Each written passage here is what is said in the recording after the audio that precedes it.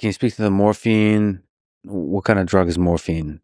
Morphine was developed in the 19th century by a young chemist called Saturner, and he wanted to know what is the potent alkaloid in opium, because opium is a natural drug, but there's something in the opium that actually is decisive, and that's morphine.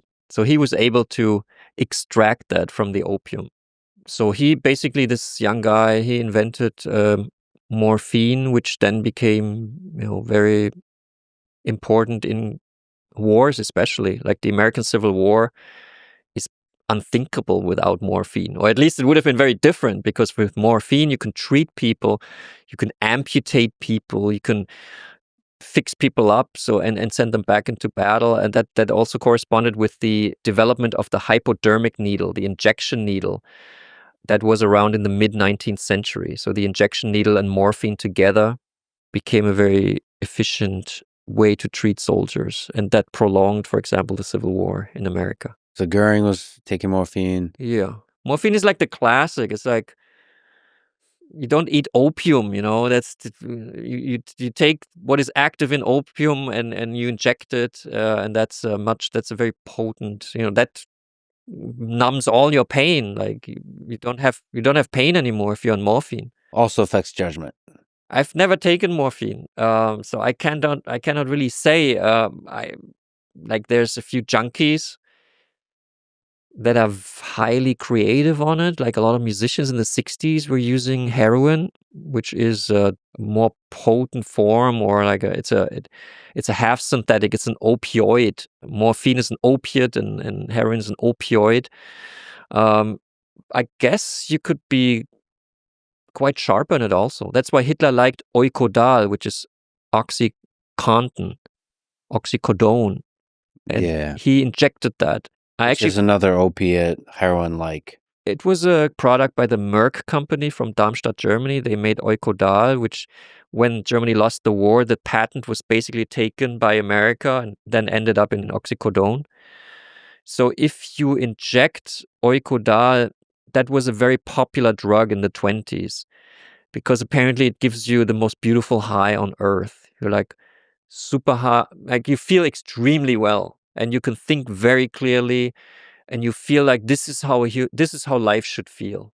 High on Oikodal. This is like Klaus Mann, the son of Thomas Mann. He used Oikodal. Quite a few doctors actually used it also, and probably quite a few Jewish doctors also used it, because this was like a doctor's drug. Doctors knew how to, set the injection, and it was, a great experience. And Hitler, he really loved to be on Oikodal. Like he would use Oikodal every second day. In the beginning, 10 milligrams intravenously, then he raised to 20 milligrams. And I spoke to someone who's actually done exactly that drug application, because I wanted to know how Hitler felt, and I didn't feel like doing it myself for some reason. I don't like needles, so I didn't want to put a needle in my vein to have like the Hitler drug experience. I should have done it. Like a proper historian never does that, okay? So but I thought I should take quite a few drugs that I write about to understand it better. But this drug I didn't take. I never shot oxycodone intravenously into my veins. But I met someone who did, and he said it's like the king's high. If you do that properly, obviously you get addicted to it. I'd be scared to try. Very intense experience. I think it's a very badass thing to do for a historian, by the way. But I think it's a big risk. I mean, there is a risk that comes along with it, right? Well, but not for Hitler, because he got the Oikodal from the pharmacy. He knew exactly, like his doctor knew exactly what was inside. It was made by a pharmaceutical company. No, I mean the risk of addiction. Yeah, that is a big risk. That is a big risk. But there's also the risk of getting impure stuff and like heroin on the street and die from an overdose. But the addiction thing is I think it happens quite quickly with Oikodal, because it's such a great feeling. So why wouldn't you do it over and over again?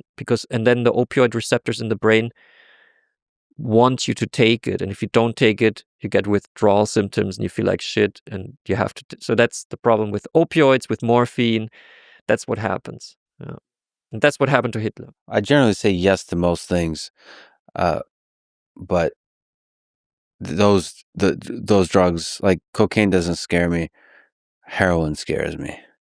Like the opioids scare me. Oxycodone scares me. Because they really make you physically dependent. I don't even know if cocaine makes you physically dependent. It makes you psychologically addicted. But you have to get it, otherwise you feel bad. That's a physical, terrible and also addiction. For life to feel like less when you're not on it. Right. That scares me.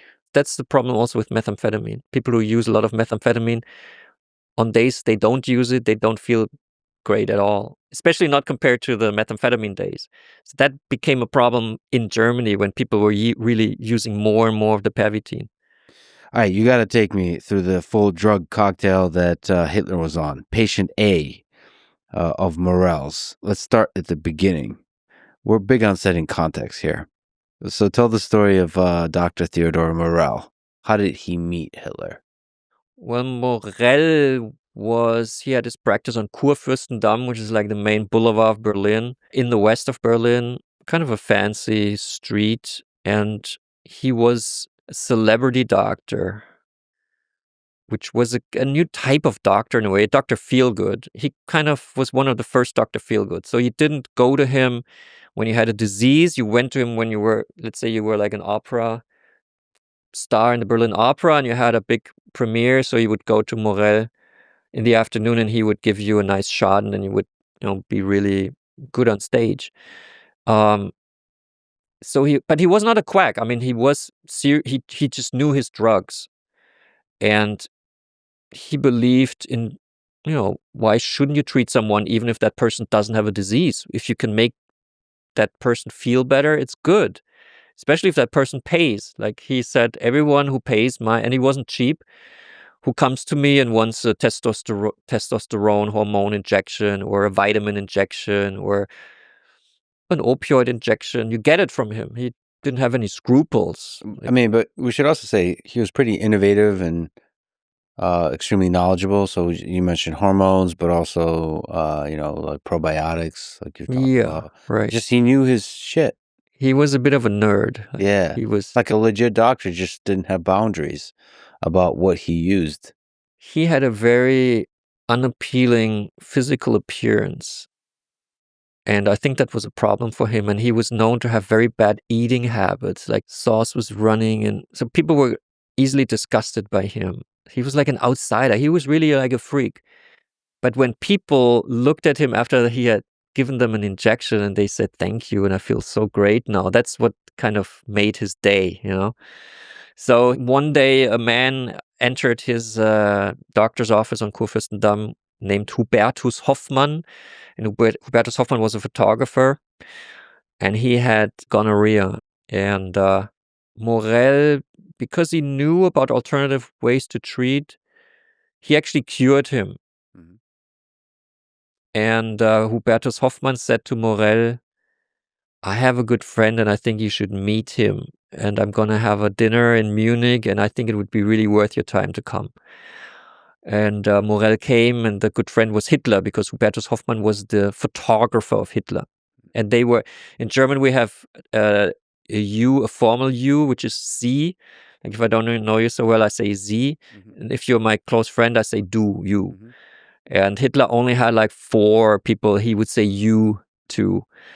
He was always like the Sie, like the distance. It was always about distance and respect and borders and boundaries. What are the two again? Sie and what? Du. Sie and du. Yeah, Sie is the formal one and du is the informal one. Yeah, in Russian there's the same thing, вы and ty. And so that's a big thing. Also in French you also have that. You have that in Spanish. No, only in English you don't have it. And it is part of the cultural sort of discourse of like when you upgrade from the V to the T, from the C to the do, or from the do to the C. From the C to the do, that would be the upgrade because you become more intimate. Yeah, like, and you ask, can I go from C to do? Yeah, like the older person must suggest it, I think. Yeah, okay. Beautiful language. So Hoffmann was a Freund, a Dudesfreund, we say, of Hitler. Okay. So he was quite close to Hitler, and so that's why he could also make that close connection. So he had a dinner with just him, Hitler, Eva Braun, Hitler's girlfriend, And Morel came, like they sent a plane to Berlin to pick him up. So it was like VIP treatment. It was the whole thing. And this is 36. Yeah, they had spaghetti with tomato sauce on the side. I read in there's like a description of this event. The tomato sauce was on the side, and there was muscat. What is muscat? It's a spice. Nutmeg. Nutmeg. Yeah, it was with nutmeg, which is an unusual recipe, I guess, but that's what they had. And spaghetti wasn't a fancy thing, you know. It came from Italy, from Mussolini, who invented fascism in Italy, and who was like Hitler's role model for a long time until Hitler surpassed him, obviously. So the spaghetti, they came from Italy, and it was like a big thing. And Morel had the big problem that spaghetti is hard to eat, right? And he couldn't even it was a catastrophe. But he got out of it because Hitler complained about stomach problems, because Hitler was a terrible vegetarian. He was a so-called cake vegetarian. He would only eat like sweets, like cake, no meat, of course, but like he wouldn't like eat healthy stuff, you know. So he was bloated the whole time because we only eat like cake and white bread, and it's not good. So he voiced that, and there was also Brandt was there, like an official doctor from the SS that was like his doctor, and Hitler said, my doctors can't cure me, and Morel was like, this is my chance, thank you God. And he told Hitler about the probiotics, which Hitler had never heard of, and like also Brandt, the doctor, he hadn't heard of, because that was a new thing that you give. And Hitler was asking, what is that? And Morel said, these are live bacteria from like German soldiers from the war in the First World War that were fighting in Serbia. There was one guy who didn't get the stomach flu when all the others like drank the water in Serbia and all got sick. But this one guy, so his bacteria, and this is a true story, his gut bacteria were cultivated into a medicine called Mutaflor. And Morel told Hitler about this, and he said, this is amazing, like I have to try this, you know. And it helped, you know. He got the Mutaflor, he did the Mutaflor kind of therapy, and it cured him. He suddenly had no bloating anymore, and the farting of Hitler was really bad, so bad that it would it diminished his, you know, ability to work, you know. So suddenly he could work. He felt better. He didn't have the pain. He felt great. So he really thought that Morel is a wonder doctor. And he asked Morel pretty quickly afterwards, do you want to be my personal physician? And Morel was like, his wife was very much against it, because she said, if you become the personal physician of Hitler, you won't have any time for me anymore. And he said, like, come on, man. This is like the chance you only get once in your life. Yeah, I mean, at this point, Hitler's a really big deal. He's the most powerful man in Europe. And there have not been war crimes because the war hasn't started yet. Obviously, there's concentration camps and a lot of crimes have been committed, but it's also kind of hushed up. You know, it's not such a huge thing as now we know it became. So Morel never really has any conscientious problems. He just thinks it's great. You know, I'm going to be the doctor. I'm going to be part of history. So he becomes the personal physician, and being this vitamin guy, like vitamins were really his thing. Like he believed in the power of vitamins. And today I think we know that he was right. Vitamins are good. But back then no one knew. And Hitler was like, okay, he told Hitler, and then Hitler said, okay, I want to try this vitamins. And what they did from the beginning was injections, because Hitler didn't want to take a pill, because a pill takes too long and it goes through the tract that he has the problems with, like the digestion. Like he didn't want to take a pill. He believed in the injection. And Morel was the masterful injector. So Morel, because the needles were thicker than they are today, but Morel could give you an injection without you feeling any pain. So Hitler was quite impressed. So he got like a vitamin C injection, but Hitler loved the daily injection. So he got hooked on the daily injection. Once he got the injection, the day was good. And he never got sick, actually. And he could stand like for a long time with the arm raised. He did he went to the gym, basically. I mean, he had a gym where he was like doing exercise, so he could have the arm up for like hours when a military parade would walk by. So he was quite fit, and he was never sick. And Morel was giving him the daily injection, and they lived happily ever after, basically until the Soviet Union attack. Wait. He literally lifted so you can do the Heil Hitler salute? Yeah, I found a document for that. That's funny. Oh God, that's dark. He had an expander, we say. I don't know, do you use that word in English? Expander? Oh, like a band. Yeah, it's like this. You do like... Yeah, I have one of those. Yeah, that's what he did. In And front I of do the those window. kinds In of front of the exercise. window. Well, at least he's not doing it in front of a mirror. Okay, wow, that's dark. Okay, I mean, those little details. Yet another reminder that he's just a human being. I mean, it's hard to keep your arm up for like hours. You can't let it down. If you keep it up, that's what it's all about, you know. I mean, he was very much about the facade, right? He's very important to present himself in a certain kind of way when he's giving the speeches. Yeah, everything was orchestrated. The Nazis were masters in propaganda. They really knew how to create the perfect image.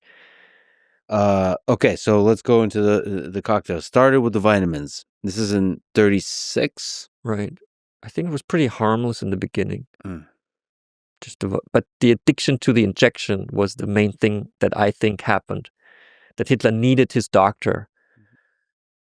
But from 36 to 41, only like vitamins are being injected and glucose. So I don't think it really harms you. It might benefit you. He never got sick. He was fit. This is the thing that was phase 1 of his drug use, were the vitamins, until 41. So you think the tweaking at the Olympics, that you've talked about before, but still, so you're saying this person we're watching a video of here is not on drugs? I don't know. I don't think so. So the video could be fake. It could be sped up. I think it's fake. Because I think someone read my book that thought that Hitler was always on meth and created this. But I might be wrong. And the narrative takes hold. And I think the thing you mentioned, he could be on sugar.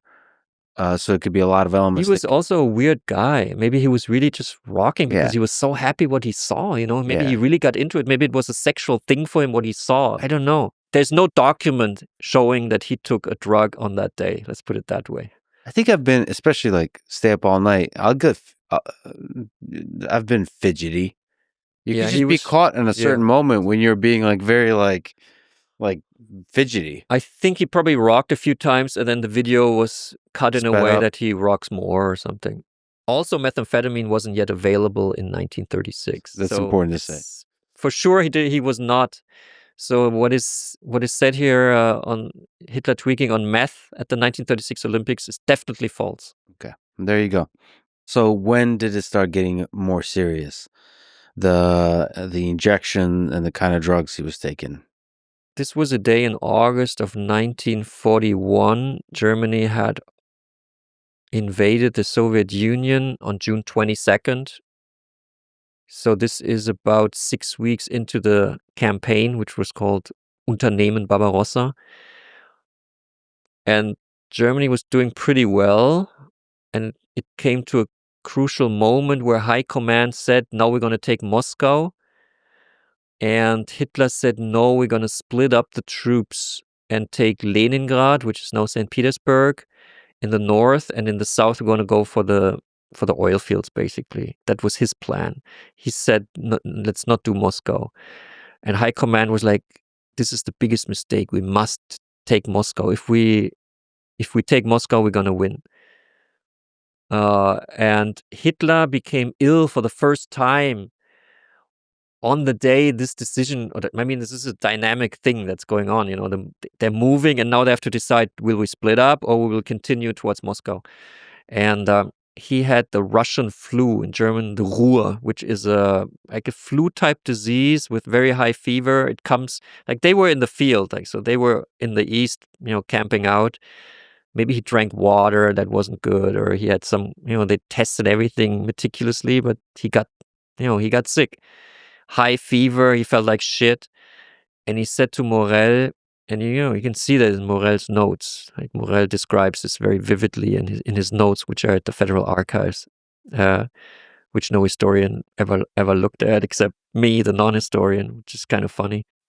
So he describes how Hitler then asks of him, basically says vitamins are not enough anymore. Like he's very weak.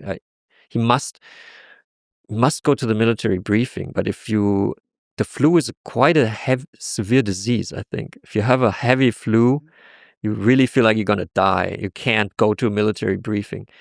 But Morel kind of fought with himself, and then he decided to inject an opioid into Hitler's veins intravenously, like the strongest application possible. And this was Dolantin, which is a German opioid that was legal. And I was once an exchange student in Flint, Michigan, 1988, and I was number 1 of the tennis team because I was quite a good tennis player. Nice. And we were playing our main enemy. I was at Flint Powers Catholic High School in Flint, Michigan, and I think it was Powers Central. And they had a number 1, Mark Resteiner. Still remember. Wow. He was feared. And no one could beat him. Yes. And on the day of the match, I had the Russian flu, basically. I was the hope. I was the number 1, the wonder kid from Germany. And they took me to a doctor, and the doctor gave me an injection. And I don't know until this day, because I was, kid. I got the injection. I was 17, and I felt great. Like the flu was gone like this. It was probably an opioid, something that just shuts off all the pain and gives you, energy. And I beat this guy in a way I totally. I thought of a new technique by playing like very high balls, like in the direct, like fierceful competition. I would have lost. So I played something that in Germany we call Fuddeln, which is something you don't really do. You just play high balls, which is not pretty to look at, but it's very effective. And he just lost his nerve, and I beat him like 6-0, 6-0, something like that. Sensational. Yeah. So Hitler receives this Dolantin injection, and he gets up, he goes into the meeting room, he dominates the meeting room, he feels great. He decides, in front of everybody, no one overpowers him in that meeting. He was very good in the room. And the troops are split up. Like Leningrad is now a target. This weakens the general thrust towards Moscow. This is probably why they didn't take Moscow. They probably could have taken it, or maybe not. But the decision was made in August to. I think it's one of the biggest blunders of the to Eastern not take Front. Moscow. To not take Moscow. I think they had a straight shot given the disorganization. They had the one-time thing, the one-time moment where they could have done it. And the German war machine could only win in so-called speed wars, like lightning war, only if they would do it very fast and surprise, because they were always weaker, basically. They just had this moment, this dynamic moment. And this was fueled by the methamphetamine. Also in the Soviet Union, hundreds of millions of dosages were given. So the Germans were really going. And at one point, this ends, You can't take meth for the rest of your life. You're just going to end up being a nervous wreck. But you can do it for like 2 months, you could do it. But then it stops. I think if you're really honest about where you have the asymmetry of power, which is in the speed of the blitzkrieg. So that's similar to Genghis Khan, who had a very small military, but their advantage was, I think at the peak it would be probably 100,000. But every soldier of Genghis Khan's had 5 horses. So the whole point was they can move really fast. They not just fast, but they can move on all terrain. So they can go around. If wars were fought on normal roads, you were supposed to travel a certain kind of way. If you go fast and around, not on paths that are usually taking attack from all kinds of sides, that's why you can conquer as much as Genghis Khan was able to conquer. And the same thing with the Nazi forces. This is their biggest advantage, and not using that is essentially the end of its effectiveness. I think that's also why the tank troops were such a good weapon, because they can go off-road while military vehicles, cars, cannot do it. Like a tank can even go through a forest and just kill small trees and just run over it. So that was those are kind of the 5 horses that was the idea that they had at this working breakfast. That's what they presented to Hitler. We're going to use the tank force in a very different way, and that's going to enable us to win the lightning war campaigns. Was that one of the first times he tried an opiate like that, an intense one? That was the first time.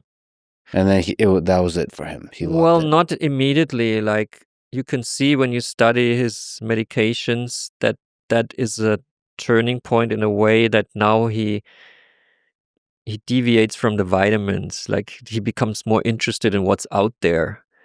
And like from 41 to 43, he tries out a lot of medications that he didn't try out before. Before that, it was quite conventional, mostly vitamins and glucose. But now he becomes experimental, and he discusses this with Morel. And Morel is also very experimental. Like, they really nerded themselves into like, what can we use? Like bull's testicle extracts.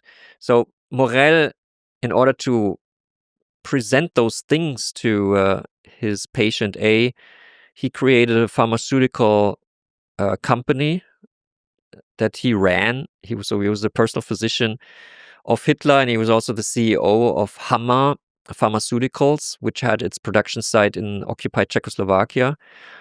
And for example, at one point when Germany had invaded the Ukraine, Morel asked for a monopoly for all the organs of all the slaughtered animals from all the slaughterhouses in the Ukraine. So this was a huge logistical operation. Like, all the slaughtered animals, all the organs were removed for the personal physician of the Führer, sent in military trains back to the factory in occupied Czechoslovakia.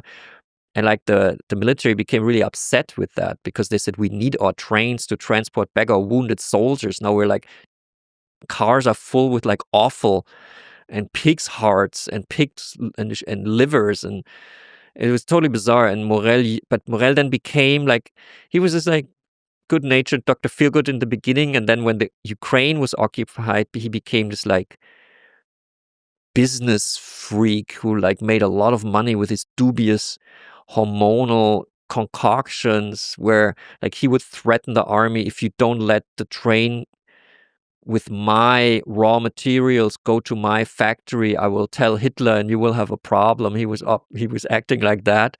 He became quite an asshole, actually.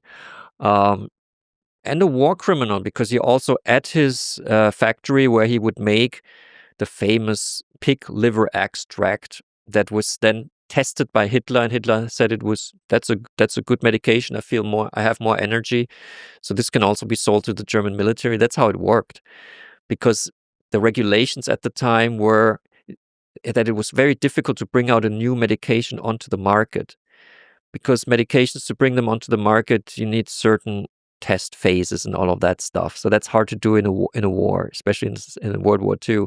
So Hitler said to Morel, I'm going to be your guinea pig. You just make it in your factory. I test it. And if I think it's good, then I'm just going to write today you would say like a decree, because I'm the president, I can like order it that it's going to be legal all over Germany. So Hitler was a real drug guy. He liked drugs. Well, he liked to experiment, I would say, with drugs and with Morel. They never, like, he was against drugs, he was. But that's a crazy thing for a guy who didn't do anything, right? It's a big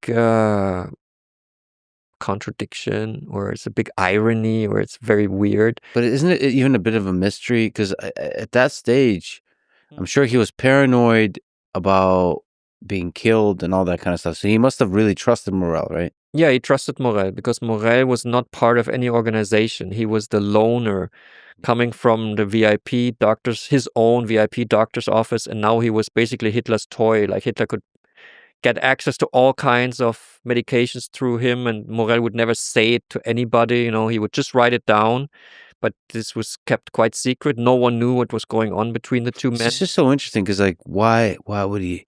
There might be. Can you maybe even speak to that? Why did Hitler trust another human being this much? Because you could probably make the case nobody was closer to Hitler than Morel. That is certainly the story I'm telling. Isn't that crazy? Like, what is it about Morel? This guy I guess he's fat and weird, and like, nobody really likes him. He was not a threat to Hitler. Like Hitler hated all the super smart medicine people. Like he never undressed before them. He never let himself be seen naked because he didn't want anyone to know anything, about him that he couldn't control. So Morel was harmless. Morel basically did what Hitler wanted. They wouldn't say today we're going to take drugs together. It's going to be fun. Hitler was always about optimizing his performance because he knew only I'm doing this. I have to, and he always thought he's going to die young. So he always I don't have unlimited time. The clock was always ticking. So I have to be always the high performer. So Hitler, when he first experienced the beauty of the opioid high that was given to him in August 1941 intravenously, when he experienced that, kind of his eyes opened. And he didn't think this was a drug. I mean, this is a medicine. This is a medicine that helps me function. This is a medicine that my doctor gives me in a very controlled manner. And that lets me be extremely sharp for 8 hours. I can convince all the generals. I can do my job. I'm happy because Hitler was also depressed, I mean, this is, he really appreciated what the drug gave him. But he never thought, no, I'm becoming like a drug addict or... So oxycodone in general begins to work within 30 to 60 minutes and lasts for about 4 to 6 hours. This is a long-lasting thing. Yeah, but this you swallow. If you get an intravenous injection, it works after 1 second. Wow. Get the injection, you're high. But it lasts for many hours. Yeah. That's why people love heroin, who take it. Because you feel like shit, you take the injection, you feel great.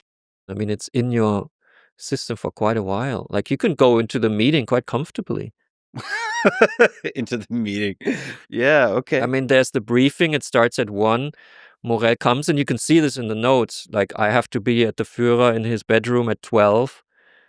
And then, you chat a bit, and then Hitler rolls up his uniform sleeve, and then he gets the injection maybe at 12:30. Then the high comes on, and then it's very stable. You feel great. This is a pure product from the Merck company. This is not some heroin from the street. And Morel knows exactly what dosage you want right now, so you feel at the top of your game. You don't feel, you're not intoxicated. I mean, you are, but it makes you clear, So the mind is clear. The mind's totally clear. Your body feels fantastic. You know exactly your points. You know exactly how because the others are just mortals, because they're sober. They just sit there and they haven't slept very well, or they have problems with them, and you're way above them. What do we know about general psychological effects of it? So does it boost your confidence? Does it boost aggressiveness? What effect did it have on his vision of the world? It makes you feel extremely confident. You have a lot of energy, but it's not too much. Let's say you take cocaine or methamphetamine, you're like, that's why Hitler was never a meth guy. That's also why I think this video is fake. He didn't take meth. I mean, I studied Morel's, the things he gave them. He gave a lot of things, and only twice was meth. So that's not a lot for Hitler, twice. I read that the multivitamin had some amphetamine and maybe meth, a little bit, or no? Vitamultin. Multine. I mean, Vitamultin is interesting because it was a little bar of a sweet that was lying next to his food. So he would just eat, and then at the end he would take this. It was nice tasting. It had some sugar in it. And I read through all of the ingredients of it. There were different types, and there's never methamphetamine in it. Oh, there isn't? Okay. No, there was an SS doctor, Schenk, and he claimed that Morel made special Vitamultin in his lab with meth in it. But I think he just made that up. Okay. There was never any proof of that. I mean, that's a really important line to draw. The army, the Nazi army at scale, not everybody, but some fraction, especially during the French campaign, used meth. Right. And then there's Hitler, which used a lot of drugs, but meth was not one of them, really. No, meth for him was just for the foot soldiers, Yeah. I mean, he didn't even talk about meth. This is nothing that concerned him, This is something that makes you function. Maybe he signed, I mean, it went over his desk, the stimulant decree, but I don't know if he really read it or understood it. I mean, he probably knew pervitin because everyone knew it. And maybe, they discussed it, but they would probably also not. I mean, there's a point when there's a conflict about methamphetamine in the army. This is when the Secretary of Health of the German government, the Nazi government, Conti, he starts writing to the army and he says, you must stop this. This is against Nazi ideology. But the army basically doesn't listen to him and keeps on using meth all the way to the end. So maybe that guy, Conti, maybe he discussed this with Hitler, but also Hitler never, if Hitler would have said, we stopped the methamphetamine, it probably would have stopped. But Conti saying that wasn't enough. I don't think Hitler was really into meth. It was not his thing. He was more into the opioids, into these weird hormonal things. Like those things were, especially the opioids, were interesting to him because you can function on opioids for a long time if you have a proper product and a doctor that gives you the injections. I mean, Goering was addicted to morphine from 1923 until when the Americans captured him in 1945. That's 22 years he was functioning on morphine. And when they captured him, I write about it in Blitzed, like the amount of morphine capsules he had on him. So what the Americans did was first to take away all the morphine from him, and then he went through withdrawal in American, incarceration. And he lost, a lot of pounds, and he became like more of a haggard Goering, which was then in Nuremberg, this haggard kind of guy defending what he did. And so Hitler was really an opioid guy, while the army was really methed up. That's how you could sum it up briefly. He did try cocaine. Why didn't he get into cocaine? He started cocaine after the bomb attack by Stauffenberg on July 20th, 1944. When this bomb went off, which actually killed a few people in the room. This was during a military briefing. Stauffenberg put a bag with explosives under the table. And the table actually saved Hitler's life because it was a good German quality oak table. So the table was so stable that the bomb explosion kind of blew up the table. But Hitler behind the table was protected by this table. Yeah, this is the closest assassination attempt, probably. Yeah. I mean, it's very weird that it didn't succeed because he had the bomb, he put it next to Hitler. He took out some of the explosives before he went into the room. This is one of the big mysteries. Why did Stauffenberg take out some of the explosives? There's no explanation for it.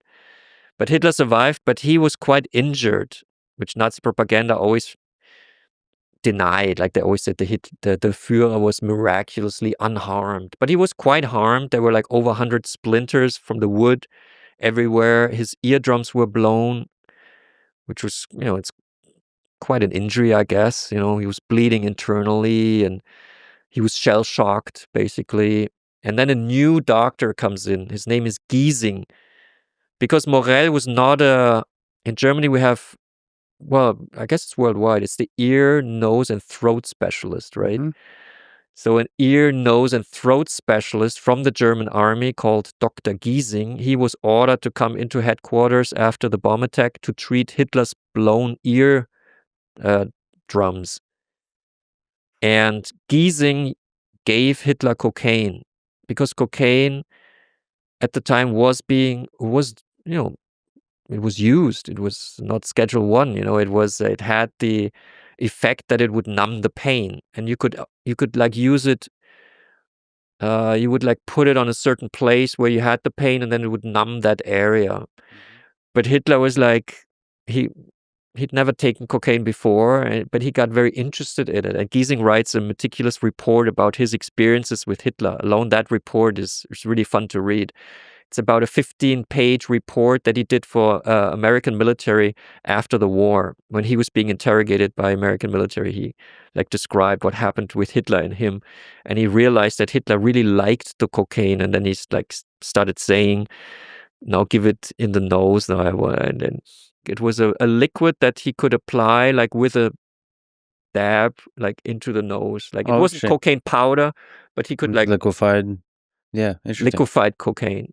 And Hitler loved it, and he's just saying things like, finally, I can think clear again. And he had this cocaine rush, which is a rush of superiority. It's a dangerous drug because you think you know more than the other. It's not very humble drug, you know. It just increases the ego, and that actually he liked that because that was, you know, after the bomb attack, he thought everyone is a traitor. Like he didn't feel safe anymore in his own bunker, you know.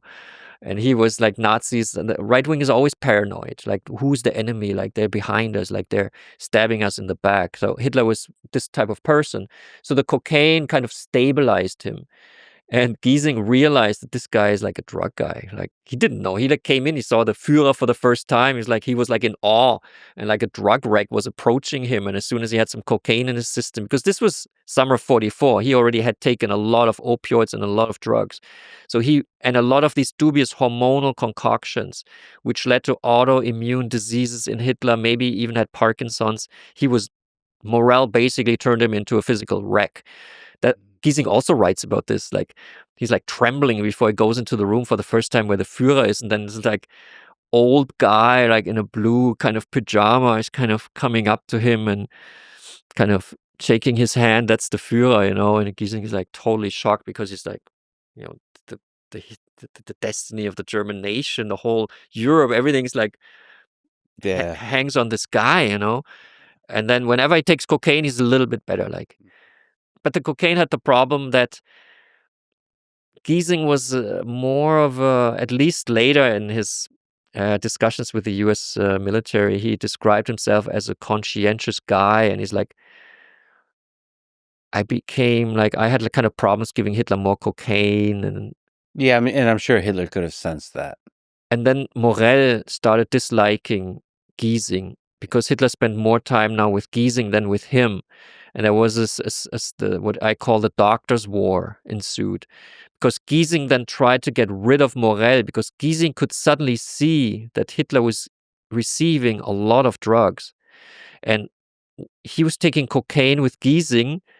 Giesing left the room, then Morell would come in and give him Eukodal, the opioid, intravenously, which is the speedball effect. Cocaine and an opioid, you know, at the same time. That's like, that creates a really crazy high, but that's a high that's not stable anymore. You know, that's a high that's like at the end of your drug career, you take the speedball. So speedball is a combination of a stimulant and a depressant. Cocaine opioids and heroin. Are depressants. Yeah, so combining cocaine and heroin, huh?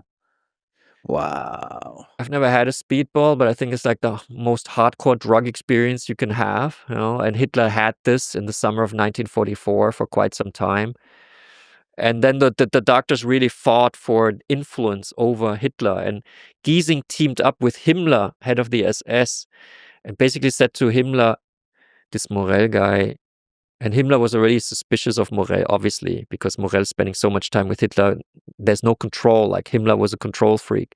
What is he actually giving to the Führer? The Führer doesn't look good anymore. Mm-hmm. So Giesing was trying to get Morell out. Maybe because he wanted Hitler to have a better health. Maybe he wanted to have the job himself. He certainly tried to get rid of Morell. And it came to like a high noon situation, like the duel between the two doctors. It's, by the way, why I think it's completely insane that Hollywood hasn't bought the rights yet. Alone this doctor's war. You mean for the entire Blitz story? Yeah, of course. Yeah. That's really, I mean, some of the greatest movies. I mean, like Fear and Loathing in Las Vegas. You can do a drug movie on the Nazis. You know, one of my favorite movies, probably Downfall, which is Hitler in the bunker, which does Downfall have a drug? No, they missed the drug angle. Because my book hadn't been out yet, they didn't know about it. That's why That'd be a different story. They can't really explain why Hitler became a physical wreck. There's no explanation for it except the drugs, the opioid addiction. You could explain it. It is a part of it that it's an extremely stressful position he's in. Yeah, but you don't become a physical wreck. The physical wreck aspect, yeah. And there were 2 bedrooms in the bunker in Berlin. 2 bedrooms. One, of course, for Hitler, the other one for Morell. No one else was sleeping in the bunker. I mean, you can see the importance of especially those last months of Morel in the bunker, and they didn't get that when they made the movie The Downfall. But it's still an interesting movie, but I can't take it seriously because they didn't see this. The drug component is again. missing. I don't think it has to be the main thing, but it has to be a part of it. A serious movie on Blitzed would be really nice. It's not easy to do. No. There's something about drugs, if you do a movie on drugs that involve drugs, that it makes it, you can go too far into like Tarantino territory, Right. where it's more like, which is also incredible and awesome, but it's a different thing. Well, he invents history and he's like very open about it. Yeah. Like, this is not what actually happened. I think a Blitzed movie would have to stick to the facts. Yeah. And I've spoken with some directors, very good German directors, and it's just very hard to do. But if you do it well, that's like a legendary movie. Yeah, that would be incredible. What can you just speak high level from what is it? You said 41 to 45. What were some behavioral changes or changes in decision making that we can trace in Hitler that could be attributed to drugs? Like, how did it change him? Well, an interesting event is July 1943 in a villa in northern Italy where Hitler meets Mussolini. And Mussolini is basically fed up with the war and he wants Italy to leave the axis of evil. And Hitler is really pissed when he hears that. He knows that's what the meeting is all about. And Mussolini, I mean, the Italians invented that modern type of fascism. And Italy was the role model for Nazi Germany. But by now, Nazi Germany, of course, has been much more powerful. But, Italy is the most important ally. And now Mussolini is like quitting in the middle of the war. I mean, what is going on here? So Hitler becomes, and Morel writes about this quite a lot, he's in a terrible mood. He doesn't want to go. Like, he might lose his, temper, whatever. He's not happy. And that's the day when he receives the oikodal for the first time. And because he says to Morel, I'm under such stress, I'm not going to go. He threatens, like he calls off the whole thing, like the plane's already waiting in Obersalzberg. Everything is ready. And he says, I'm not meeting this guy. And then Morel gives him oikodal. And you can see, the time when he gets the oikodal. And that's when he has this effect for the first time. This like, I can do anything. This is great. I'm gonna explain to Mussolini that he's not gonna leave the war effort. And on the way to the plane, he says to Morel that this oikodal is really helping him, and he wants another shot, and he receives another shot. So he has quite a lot of oikodal in him when he speaks to Mussolini, and there's like the people who write the protocol of the meeting and also other people around. It's not just two people in the room. It's like, I don't know, 15 or 20 people in the room. And a lot of people talk about that meeting in their memoirs. And Mussolini is not able to say one word, basically, because Hitler is so high and so charged. And he's like just telling him the whole time how great this is, what they're doing right now. And of course, there's not even it's not possible that you're going to leave, We are in this together from the, he explains everything, the whole thing for like 2 hours. And Mussolini is just like, it's like, then a messenger comes in and says Rome has just been bombed. He's like he knows he can't say anything and he stays.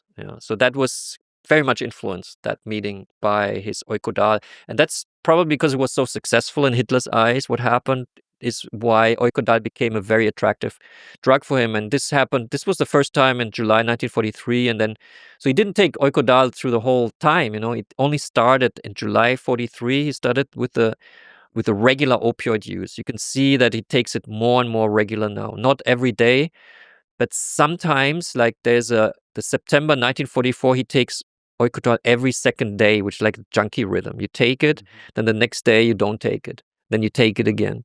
Why is that junkie rhythm? You don't take it all the time because you need to, I don't know, relax, or you don't, there's like, you take it maybe Saturday night, you take it and the high lasts till Sunday morning. And then Sunday, when the high slowly wears off, you sleep, and then you wake up and you're hungry. Maybe you eat, and then the next day, Monday, you're gonna do it again. So that's this rhythm. And it was more potent than what is it, Dolantine? Dolantine. Oikodal is said to have the best effect. The best in the sense of, it's not about strength. You just increase the dosage and you have a stronger effect, but you can't increase it too much because then you're gonna die. That's also the problem with opioids. If you take too much, you're going to die because you just have a heart attack. But there's nuanced differences that it's hard to convert into words, I guess. Yeah. Different molecules have different effects. So Oikodal apparently had the best effect. That's why you had the oxycodone epidemic in America, because people take this pill. I mean, thank God they're not injecting it all like Hitler did. They take a pill, so it's not so dangerous as injecting. But apparently the effect is so pleasant of this Oikodal, of this particular type of opioid, that it just is more attractive maybe than Dolantine. Is it possible to try to reverse engineer the effect of Hitler's drug use on the outcome of World War II? So if he didn't use any drugs, would the Nazis be more successful or less successful? What do you think? I think it would be speculative to answer, but I can try. But the war is so complex. I mean, there's many different ways this war could have played out and ended, but I think it would always have ended with a German defeat. I don't think it would have ended with a German defeat. Well, if you don't attack the Soviet Union, then of course you can win. But as soon as you attack the Soviet Union, that was as we've talked about, I think the probability of success is low. But I would put it like, I don't know, 10%. Again, extremely speculative. But yeah, if you do blitzkrieg type of attack, very rapid, don't split the forces in Operation Barbarossa, go straight for Moscow, don't invade Britain, don't declare war on the United States, and really focus on gaining oil from the Middle East. So maybe making the Africa campaign the central point in the very beginning, so that you have the resources that are essential for the industrial capacity of Germany that's required to keep manufacturing and keep fueling the planes, the tanks, the mechanized aspect of the army. So there's a lot of paths to this. I mean, but I think it's probably fair to say that reasonable, thoughtful, calculated, disciplined leader would not have done any of the things Hitler did even in the beginning. I mean, it requires insanity, it requires hatred, it requires ideological self-capture, where you tell yourself narratives that rapidly deviate from like ground truth, from first principles of things. And you're an insane person. You're an insane dictator that's drunk on power, and it's impossible for you to make great military decisions at that point. Yeah, you would need like an impossible Hitler that is as crazy as he was, but still wouldn't make any irrational mistakes. So that doesn't exist. Hitler can only be imagined or understood as this in a way as the drugs. Hitler without drugs is unthinkable for me, and it doesn't. It makes it. He was the drug guy. You cannot separate this. So Hitler was a self-destructive personality, and National Socialism is a self-destructive movement. That's why I said I think the Germans would have lost in any case, except if there was this perfect Hitler, which is theoretically impossible. Theoretically impossible in the 20th century. I mean, you could think of Genghis Khan or Alexander the Great type characters that would really internalize the sense of, in the case of Hitler, that the German people are like without the hatred, without the ideology, but with the murderous, with the ability to dehumanize the rest of the world and see as the German people as the superior, and so it's fair to do the Lebensraum and all of that kind of stuff. Right. It's hard to. It's just the reason you want to think about that kind of stuff is Hitler got, to me at least, close to capturing a very large part of the world, and it's terrifying and sort of unbelievable that somebody could get close to that. I mean, what you described as this feeling of superiority and conquering countries, that was basically what the Wehrmacht, the High Command, that's what they were going for. Yeah. And they wanted to eliminate Hitler in the Operation Valkyrie, not because they thought he's an evil guy, he's killing the Jews, or, they wanted to eliminate him because he was not this effective decision maker anymore that they needed to win the war or to end it in a different way. And I spoke with Antony Beevor once about the attempt of British intelligence to assassinate Hitler. And he had seen some evidence that at a point in time they dropped those plans because they knew that drugged Hitler or malfunctioning Hitler, which he was after, the summer of 1943, is better for Britain than, killing Hitler and then having to deal with like some kind of, maybe the army would have taken over the country, and that would have been more uncomfortable for Great Britain than having the continuation of the degenerating maniac. What do we know about the very end? Hitler in the bunker. The moments, the days, the weeks, the months leading up to the suicide. All those kinds of things. It's quite well documented because people at the time were keeping diaries and writing about it, writing about their experiences. Also, Morell wrote quite a bit what happened in the bunker. One thing that changed was that Eukodal was not available anymore. So the drug that Hitler actually had become physically addicted to was suddenly not available anymore. This had to do with the bombardment of the Merck company, the factory, in December 1944. British bombers destroyed the production facilities. And Morell, there's a report of Morell, the overweight person riding on a motorcycle through bombed out Berlin from pharmacy to pharmacy, basically going into the pharmacies, trying to score Eukodal, and he couldn't find it anymore. It was nowhere to be found. And that's when Hitler goes into withdrawal. What I find surprising is that he didn't use another opioid because morphine was available all the way till the end, but he never kind of made that switch then. Like, he didn't realize for a long time that he becomes physically dependent on a drug, that he becomes a drug addict. But this realization happens in the last weeks in the bunker, because Goebbels, he understood it. And Goebbels wanted that bedroom, the second bedroom. So he said to Hitler, do you understand what's going on? That Morell turns you into a drug addict? And Hitler's like, and at one point he realized what Goebbels is saying is true, because he felt the withdrawal. He was shaking. He felt like shit. And Morell is like giving him weird stuff in the end. Like one time he gives him harmine, which is an MAO inhibitor, which is part of ayahuasca, actually. Because he still had that in his doctor's bag. It hadn't been used yet, so it gives him that, which also creates some kind of a weird high. But, Hitler at one point realizes really what's going on. This is late April, so very late in the game. And there's a few reports of what actually happens. Like some say that Morell has to kneel in front of him and that Hitler puts a gun on his head and says, you've been making me addicted to opioids, get the hell out of the bunker. For sure, he fires him that day, and Morell is described as being in tears, like leaving the bunker. He gets one of the last planes out of Berlin. He has a research lab in the south of Bavaria, close to the Berghof, and he makes like one of the last or the last plane out of Berlin. He survives. Yeah, and he goes to this research lab, and this is like May 2nd, 1945. He has like a little apartment in his research lab. His wife is still in Berlin. He's like all alone, and he starts doing his taxes.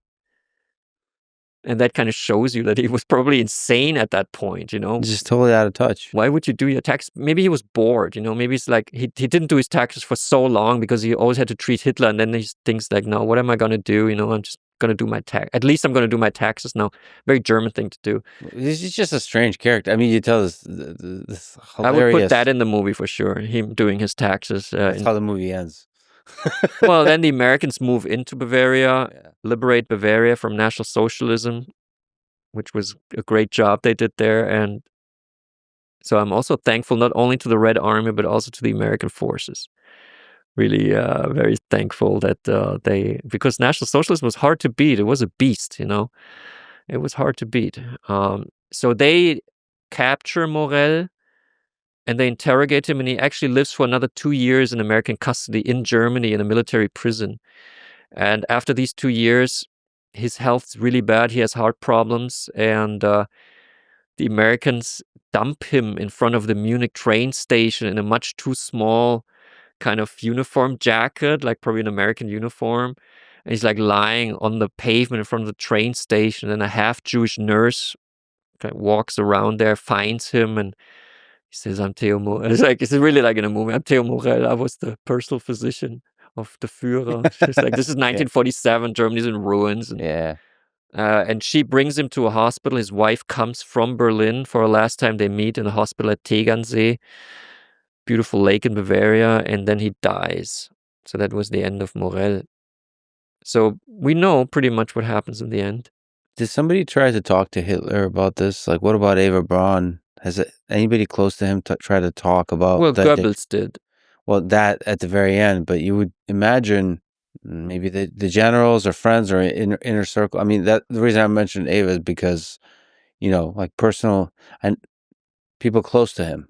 There is a certain tension between Eva Braun and Morel, and I could very well imagine that she talked with Hitler about it, but there's no record, so I don't know exactly. But they had a very intimate relationship. So Eva Braun was not just the dumb blonde that plays no role. They actually spoke every day. And when Hitler was in the military headquarters, he would phone her every night at 10 p.m. They would have a long phone conversation. So they had a very deep relationship. And I'm pretty sure she didn't really like Morel because, for the obvious reasons. He was closer to Hitler than herself. And, if you count 1 + 1, it's 2, But she could have maybe not liked him because she might have cared for Hitler. And you can see the effects of drugs on humans that you care for. She also had a good relationship with him at times because he was often at the Berghof. The Berghof was like the what is it called? Mar del Lago. The Mar-a-Lago, yeah. Yeah, that was kind of what it was. And it became an official headquarter for Hitler, so he would actually make decisions from there. It was not just a vacation place. And Morel was often there, and Eva Braun was always there. That was her place. She was running that place. She was like the woman of that place. And Hitler was often, of course, in the field, in the headquarters, but he came as much as he could to the Berghof because it's quite beautiful. I went up there. It's quite interesting. And she also had a good relationship with Morel, and there's like a paper that I found where they were very intimate and very close. Like there's a paper of Morel where she comes to him in the morning and she has like scratch marks. So apparently they had violent sex. So Morel is like also kind of witness to that. That I found in Washington, D.C. in the National Archives. Hitler and Eva had violent sex? What do we know about Hitler's sex life? It's like not known, right? I found it interesting that Morel describes these scratch marks. I mean, it's interesting. So they had some kind of kinky sex, maybe. Maybe they also had normal sex, and sometimes it was kinky, or maybe Hitler was aggressive in bed. But it doesn't really matter. It's just what happened between Eva and him. Yeah, I don't think that affected military operations of the drug use did. His sex, if he would have had sex with like a lot of people, maybe with his generals, maybe then, it would be worth writing about it because maybe he dominated his generals in bed or something, but he was just having sex with Eva, and I don't think that's historically relevant. It might be interesting for the movie, but also I don't want to see Hitler having sex. I don't think anyone wants to see Hitler having sex. But Eva Braun is an interesting character because she had more of a say than historians for a long time attributed to her. Then a biography was written on her by a female German historian, and that's a very good biography. It really shows that she had, quite a lot to say in this relationship. She was not the dumb blonde that she was quite, opinionated and active. So and she was filming him a lot. Like she was always filming in the Berghof. You can go online and look at the Eva Braun clips, and you will see Hitler in color at the Berghof, how he's like meeting children, patting their head, and she was contributing to the myth of the private man, the good private man. So Eva Braun is an interesting character for sure. But I found one note that she, in the beginning, when Morel started with his drugs, said to Morel that she wants the same drugs, the same medications, not drugs, the same medications as Hitler.